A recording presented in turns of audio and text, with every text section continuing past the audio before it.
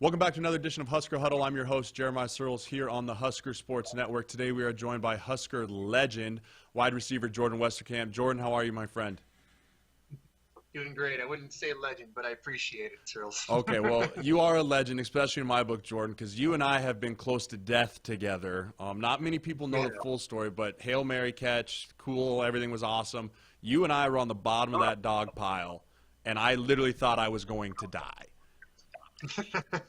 Yeah, you saved my life. My life. I remember I'm laying on top of Westy because I was the first one to get down there after Sam Birch just absolutely face masked him to the ground.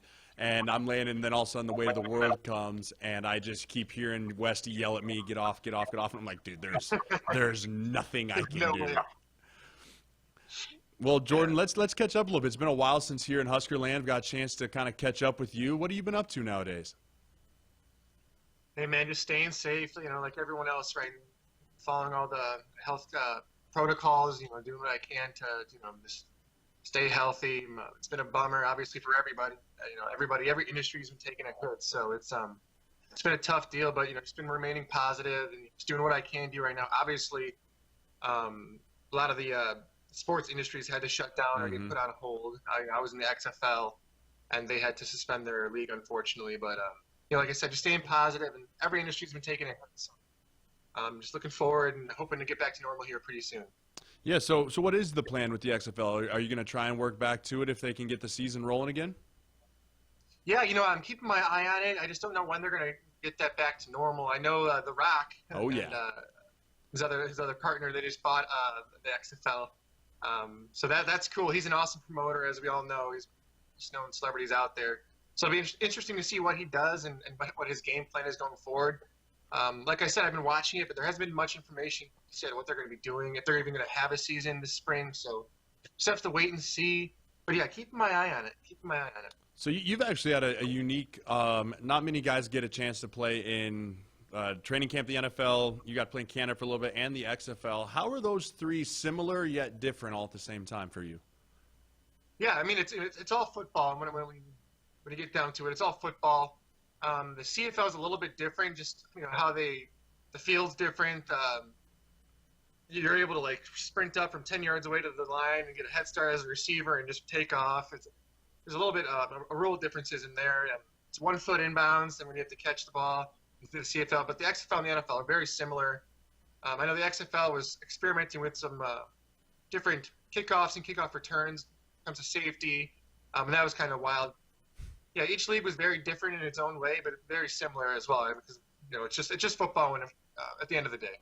I thought the XFL did a nice job in the regards of I think all the other smaller leagues that have tried to peel off. I mean, you had the UFL, the AFL, all that tried to mimic the NFL and kind of be the NFL's little brother too much. And I thought the XFL actually did a really nice job of being unique.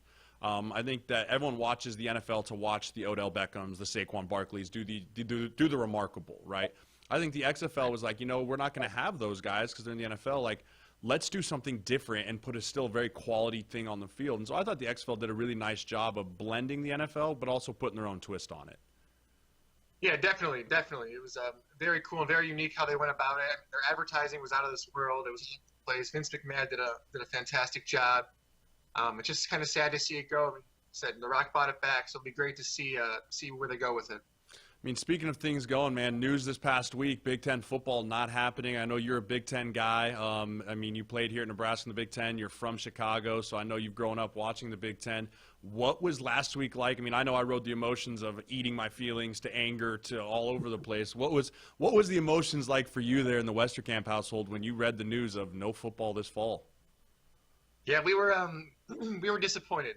We understand the player safety. I mean, that always comes first, number one.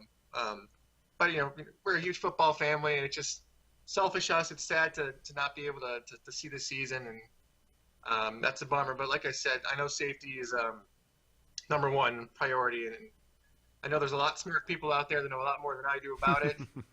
I have my opinions on it, but I'm not qualified, and I understand that. So I wish they were playing. I want them to play, but I totally understand where they're coming from.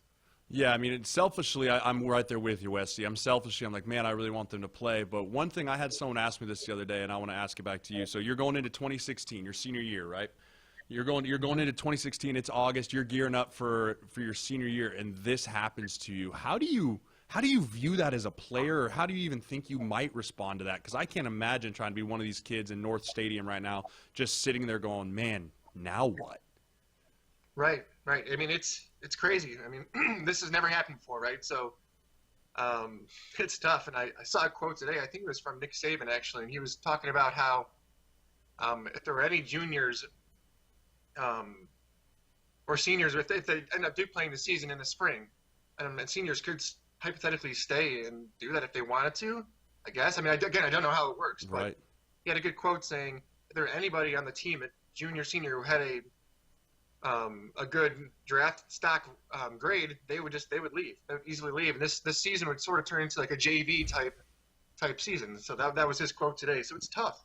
And I don't know what I would do in that situation. It's tough. Yeah, man. I mean, I think there's probably, and you might agree with me on this, there's probably about 20 guys in college football that have first round that are legit, don't have to play this year, getting drafted in the first round. And those guys, if there's a spring season, 100% should sit out. The problem is there's probably going to be 100 guys that have 100 different people telling them you're a first-round pick, and they're going to sit out, and then that number's just going to spiral. And so I think it will spiral a little bit out of control, especially if the SEC, ACC, and Big 12 all play. And then these kids are going to feel like they're behind and not going. So it's a mess, man. I mean, my hope is that Nebraska can figure it out. I mean, again, there won't be any football until the spring. But even then, man, 2 full seasons. Could you imagine 2 full seasons on your body in 1 calendar year? Yeah, man. I mean, that's just, it's crazy. The body can only take so much. So I don't know. Again, safety is the number one priority. I get that. But there's going to be a lot of things they have to figure out.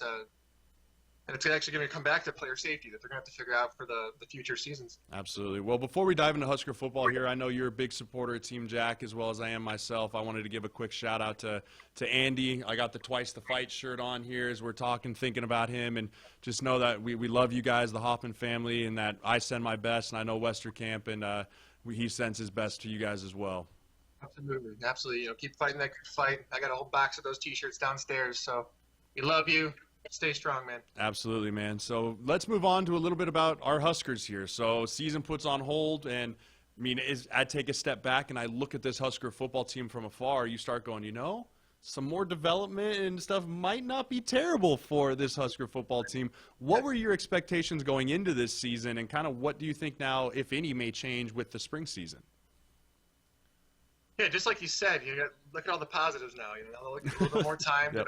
That's great. Hey, make it as positive as possible. So that's awesome. But I mean, they've got a lot of great players, and I know Frost he's heading in the right direction. I know that it's not what they wanted the first couple seasons, but we all believe in him. We trust them. They've got some great players, some great new coaches too with a lot of experience. So, like you said, take all this time in the world. Now, I don't even know what their protocol is going to be for the next couple of months. I don't think they know. So it's just be smart and take these next couple months and just do whatever you can to get your players better and in even better shape than they already are right now. Right. I mean, so the big question on this football team right now, I mean, when you were here, Westy, you guys had an unbelievable, I was here, had an unbelievable wide receiver room. It seemed like every year there's more and more standout stars. I mean, Kenny, yourself, Quincy, JD, Stanley, it goes down the list. And now it seems like this offense is just giant question mark at wide receiver. I mean, as you've watched Scott Frost's offense and you've seen what they do with the receivers, how big is that going to be this year of needing guys to step up, or what can you kind of look for from this wide receiver group? Yeah, definitely. And as we know, losing JD was a big deal. He's a great player, great guy. I mean, I wish him all the best. I know they just got a grad transfer, Omar Manning. Yep. He's going to be a great player. Big-bodied guy. They've got Cade Warner. They've got Ondell Robinson, so they've got the players. They've got a ton of good players. It's just going to be very interesting to see how they do out there. I know, and Adrian Martinez is a great quarterback. So I mean, they have the weapons. They just got to put it all together, and they'll be great. And I know the new OC Matt Lubick, I think that's his name. He's got a lot of experience at the receiver position. I think I read like 17 years of coaching at the receiver position. So he'll have those guys ready to rock. It'll be exciting once football comes back. Now the hype's going to be crazy with all this. Oh my gosh! Can you imagine the first football game at Memorial Stadium in 2021 after a whole year of no football there, man? This state is going to go insane. gonna have to make sure I'm at that one. Oh, you better believe I'll be front and center up in the skybox screaming off the roof like I always am. Well, Westerkamp, Westy, I don't know why I always call you Westy. Westy, I want to thank you for joining us here on Husker Huddle here at the Husker Sports Network, man. It's always great to catch up with you, always good insight.